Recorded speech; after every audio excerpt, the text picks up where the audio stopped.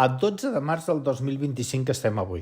Informació de servei. Recta final de la pertorbació que encara pot deixar algunes gotes a la tarda i flocs de neu a partir de 1.500 metres d'alçada. Faríem bé de continuar amb el paraigües, encara que sigui amagat a la bossa, que després, ja sabeu, hi ha sorpreses.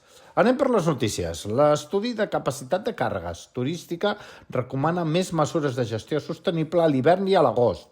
Es destaca que la majoria d'infraestructures del país estan ben dimensionades i que el govern ja treballa en mitigar alguns dels punts crítics com la xarxa viària, amb les noves desviacions a Sant Julià i la Massana.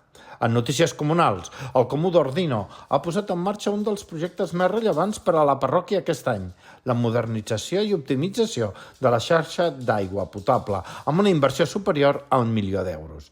Aquesta actuació té com a objectiu garantir un servei més eficient i segur per tots els ciutadans. Més notícies comunals, perquè a Andorra la Vella la calçotada popular serà el diumenge 23 de març a l'aparcament de Prada Casadet. Es preveu repartir 600 racions de calçots i els tiquets a 8 euros per persona i es poden adquirir de manera anticipada al Centre Cultural La Llacuna. L'acte s'emmarca en l'agermanament entre Andorra la Vella i Valls. I en cultura, si voleu anar a veure Miquel Poveda, doncs esteu de mala sort, perquè en menys de 24 hores s'han esgotat les entrades per anar a veure el prestigiós cantaor en el que serà el punt i final de la tercera edició del Clàssicant. Bé, ho deixem aquí. Demà, més i millor. Adeu!